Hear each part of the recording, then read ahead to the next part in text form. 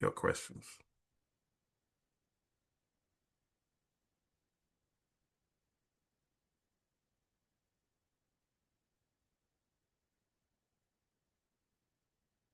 All right.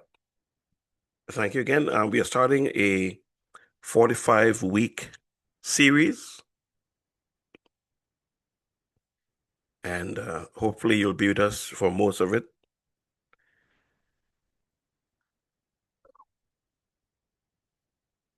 And we're dealing with the 45 biblical texts based on God's design for us and our bodies.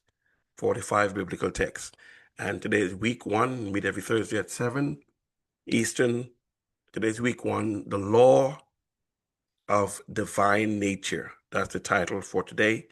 The law of divine nature. And our text we would use for the series, the main text is 1 Corinthians 10:31. 1 Corinthians 10 and 31 says, "Whether therefore ye eat or drink, or whatsoever ye do, do all to the glory of God." So God did not design our bodies randomly. It wasn't an afterthought. God designed our bodies lawfully. So when we cooperate with his laws, health is the result. When we violate his laws, disease is the result. And so today we're going to deal with the first biblical law of health. The first biblical law of health. And that's found in Genesis chapter 1, verse 29.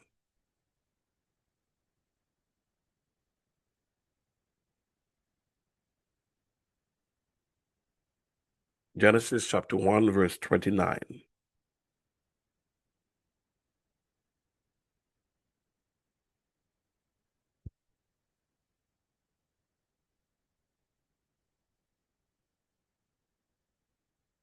This shouldn't say in the fridge.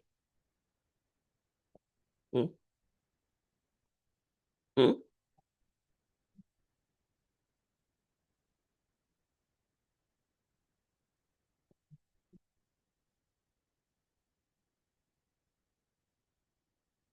Yeah, are we found the text? Are we there?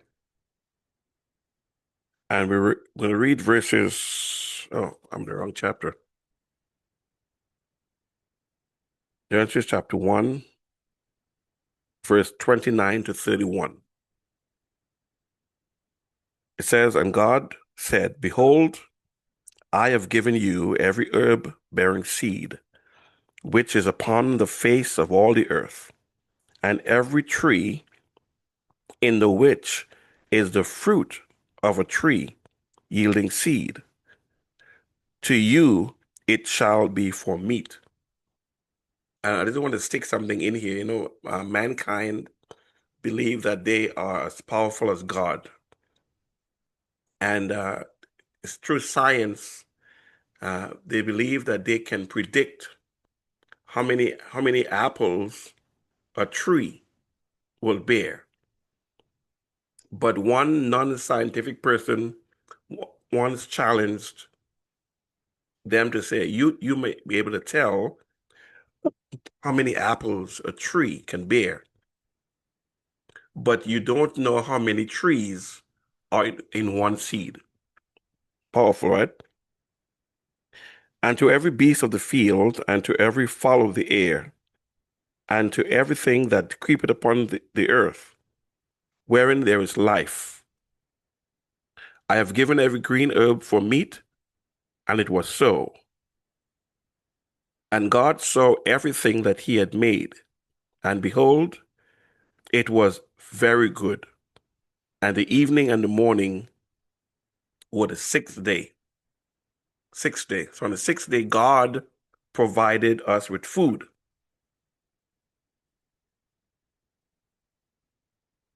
So, like we said before, God did not uh, design our bodies randomly. He designed them lawfully. And if we cooperate with God's laws, the natural result is health. If we violate his laws, the natural result is disease. So let me begin with a question, and maybe you could answer in the chat. If you bought a brand new Mercedes-Benz and the manufacturer told you use only premium fuel, but you decided to put diesel, syrup, and motor oil into the tank, would you expect the car to run properly? I mean, of course not, right? Because every designer builds a system that runs best on a specific fuel. So now here's a real question. What fuel did God design the human body to run on? Now, most people assume that the Bible is only merely just a spiritual book. But the truth is, the Bible is also a health manual from God Himself. And the very first diet that God gave to humanity appears in Genesis chapter 1, verses 29 to 31. I'll read verse 29 again. And it says, "And God said, Behold, I have given you every herb bearing seed, and every tree in the which is the fruit of a tree yielding seed. To you it shall be for meat." And another word for this word meat is food. Then verse 31 says, "And God saw everything that he had made, and behold, it was very good." Now, notice something that is powerful. God did not just create the body, he also created the fuel for our bodies. Before there was disease, before there were hospitals, before there were pharmacies, God gave humanity a nutrition system. So here is the first law of biblical health. Life flourishes when we eat the foods that God designed. Life flourishes when we eat the foods God designed. So God designed two things simultaneously. He designed our body, and the same day he designed the food for our bodies. Now, some of us, we boast that we can go on vacation, probably at a all-you-can-eat retreat facility, and they have 4 and 5 different restaurants, and you could go and order to the chef whatever you want, and we mightn't even pray before we eat the food because we think the chef is so good. Here it is, the God of the universe has designed our bodies, and he has designed the food that is best for it. So just like fish, they thrive in water, right? Birds thrive in the air. As good as the Navy SEALs are, they cannot stay underwater without a breathing apparatus because man was not made for the water. The fish were made for water. And though there were some fish that walk, as scientists say, out of the water and come on the land, they cannot stay on the land forever because they were not made for that. Birds thrive in the air. And if you want to sing the song, "I Believe I Can Fly," and look at the birds flying and say you have faith and jump off a tall building, we might be coming to look for you in a hospital or coming to your graveside. So fish thrive in water, birds thrive in the air, plants thrive in soil. Now, I want you to do an experiment. Take a seed and just leave it on your counter and see if it grows. It's not going to grow, right? It will only grow if you put it in soil or you put it in a damp paper towel in a dark place.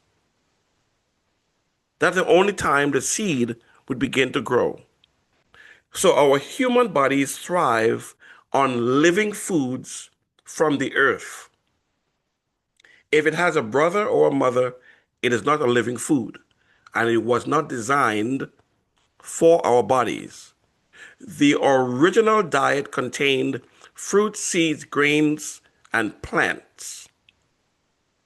And those foods I just described, the plants, the grains, the fruits, and seeds, they are nutrient dense. They are full of nutrients. They are enzyme rich. And they're also life supporting. In other words, God gave humanity a life giving diet. So let's go into the physiology of this, right? Let's connect this to modern science. The foods listed in Genesis are rich in antioxidants, phytonutrients, fiber, enzymes, vitamins, and minerals. And these compounds perform, excuse me, powerful roles in our body. For example, fiber. What does fiber do?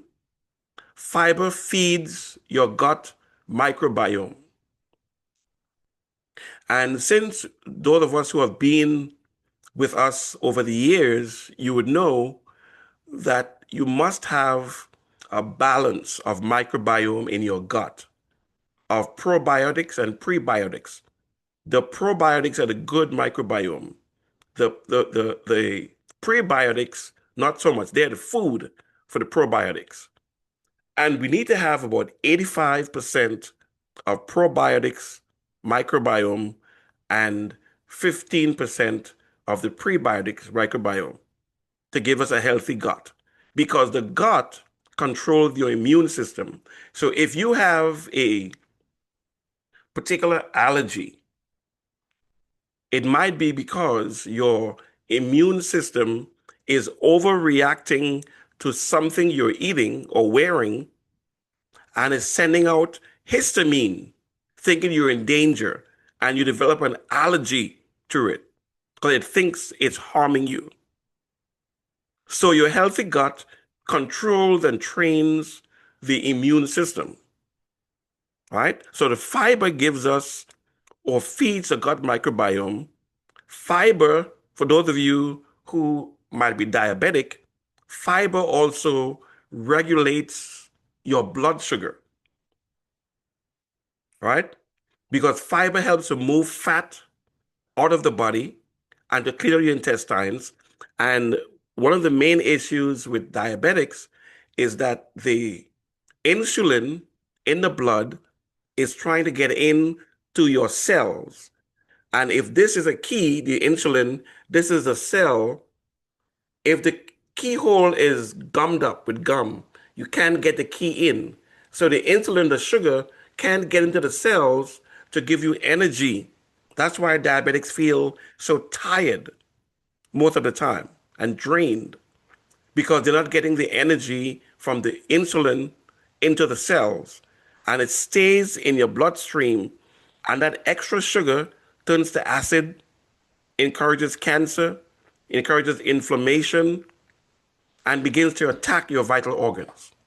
Fiber helps to regulate your blood sugar, to clean out your intestines, clean out your body. So fiber feeds your gut microbiome. It regulates your blood sugar and it removes toxins from your body. Phytonutrients, we talked about. Phytonutrient, the word phyto means plant. So this is plant nutrients. They fight inflammation.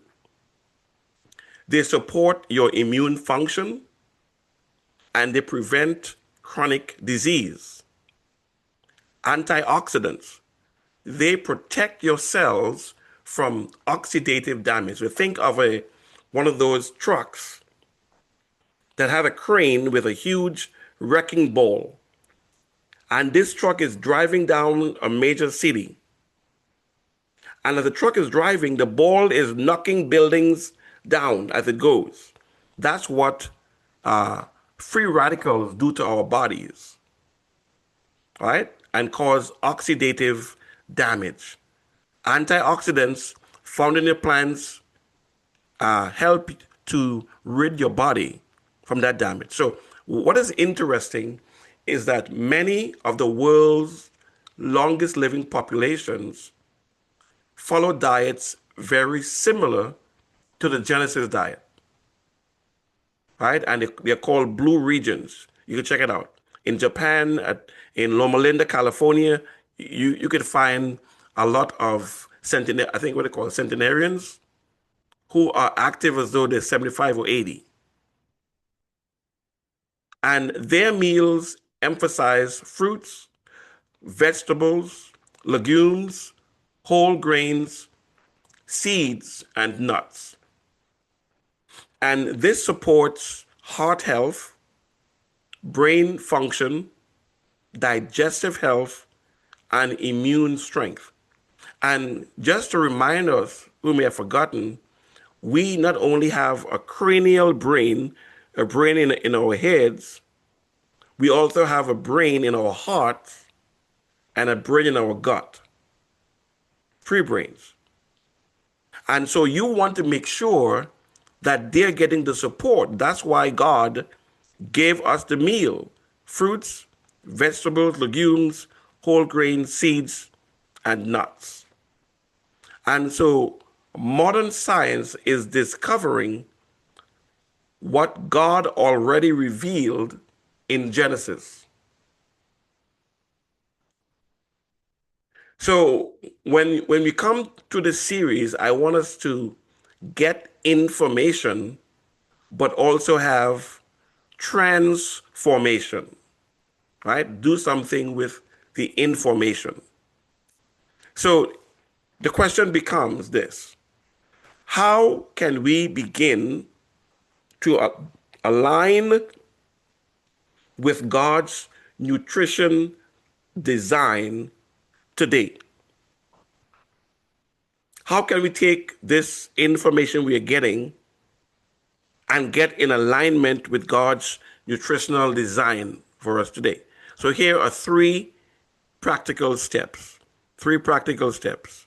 Step number one: eat more foods that come from the ground. I used to marvel at my father and my grandparents, how strong and healthy they were. And their food mainly consisted of ground provisions, but green bananas, beans, rice, stuff from the ground. And they were as healthy as oxes. And people in the Caribbean used to be very healthy as well until they took on the American diet. What is unique? I know most of us have heard about or seen the movie Gladiators, right? Anybody here have seen that or heard about it? Just put yes in the chat.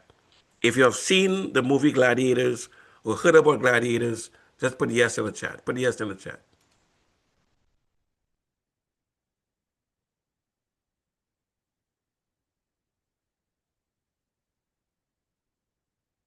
Okay, I see it. Okay, all right, all right, all right.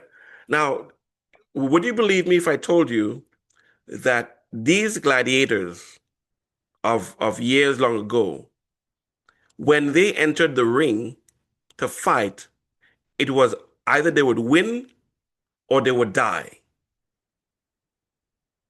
Win or die. And their minds had to be clear to be able to think and outfox their opponent, whether they were fighting a huge, massive lion or another gladiator. They had to have their wits about them. Do you know what uh, uh, archaeologists have dug up the graves of a host of gladiators who died long ago? And when they did scientific tests, they discovered what their diets consisted of. And let's say 85 out of 100 gladiators, their diets did not consist of meat.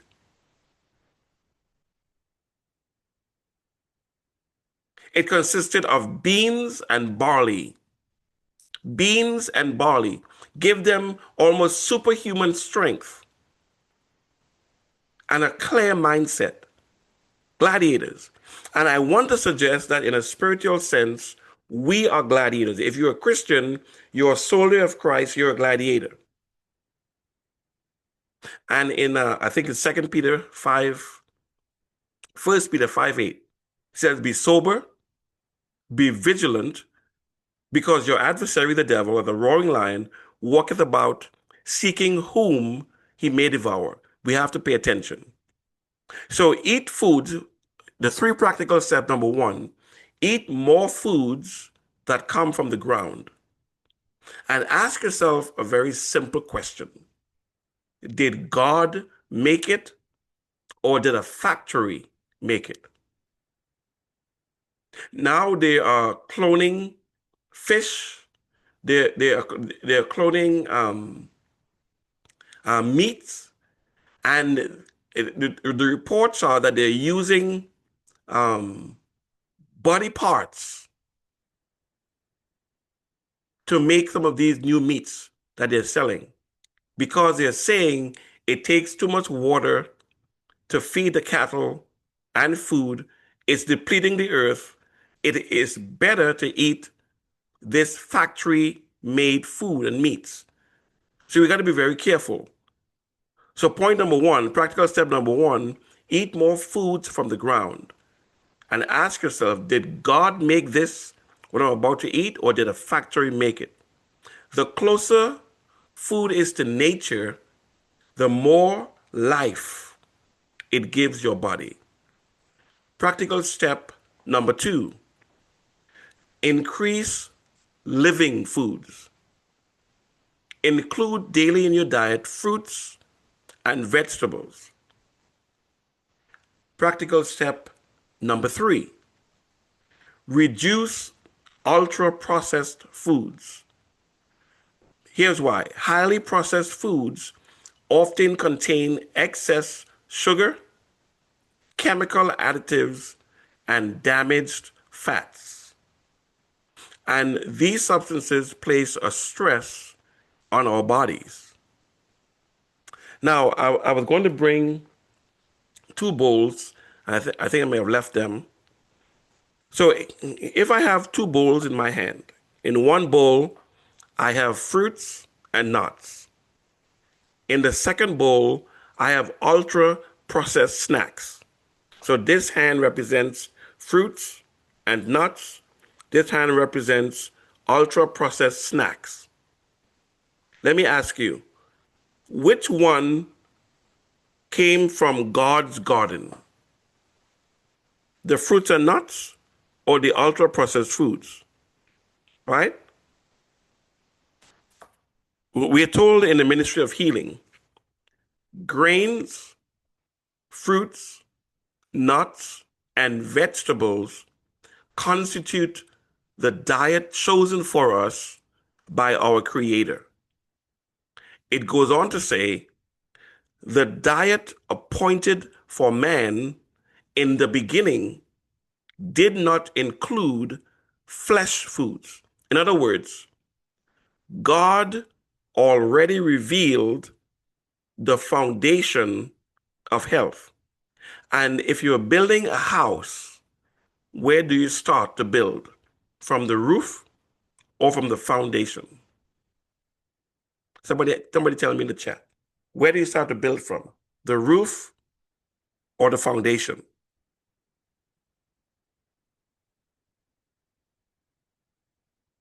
Nobody responded? All right, all right, all right, all right. The foundation. That's correct. That's correct. That's correct. That's correct. So the text says again,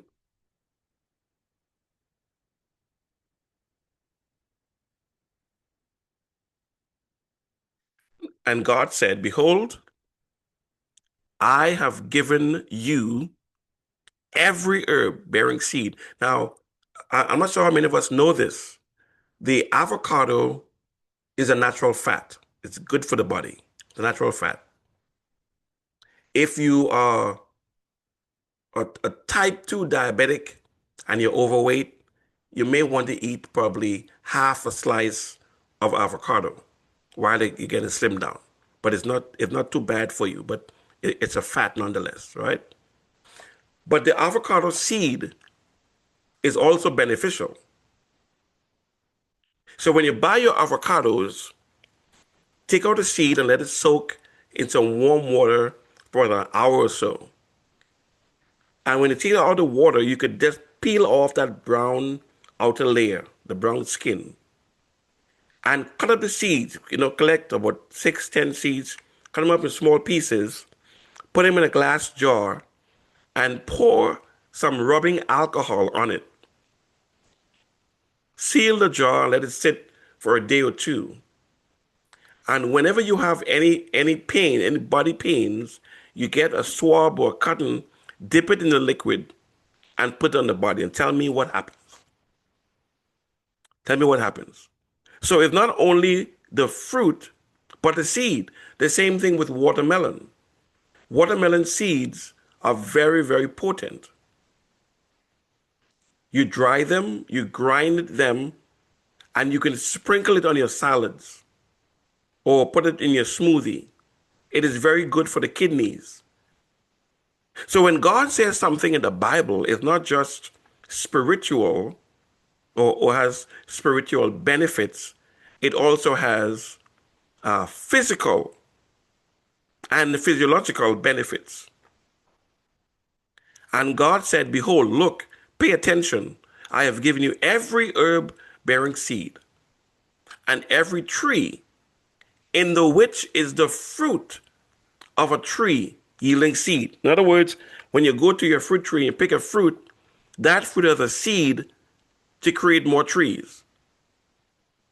So you have an inexhaustible amount of food.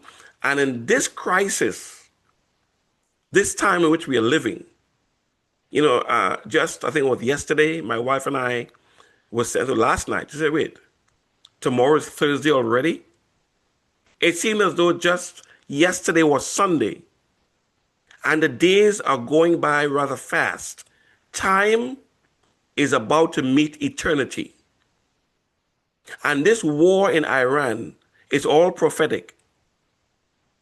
The world is getting smaller. America is trying to control the world so they can hand over power to Rome. That's in the book of Revelation. And if we are not eating properly, like the gladiators, our minds might not be clear enough to be able to communicate with heaven.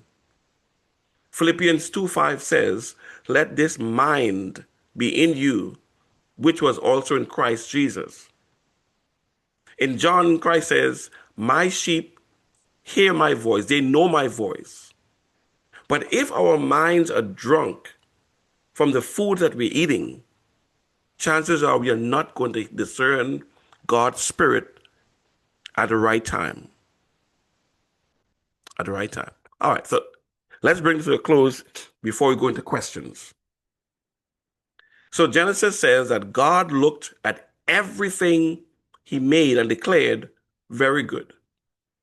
That includes our human bodies, it includes the foods of the earth, it includes the natural laws of life. And here is the truth we will repeat every week in this series. When we cooperate with God's laws, our bodies reward us with health. When we cooperate with God's laws, our bodies cooperate with health. So let me give you a preview for next Thursday's seminar. We will explore the topic, the law of health and life, as found in Genesis chapter 2 and verse 7. And we would learn why oxygen may be the most overlooked health factor in modern life. In modern life. So bear with me as I pause the recording.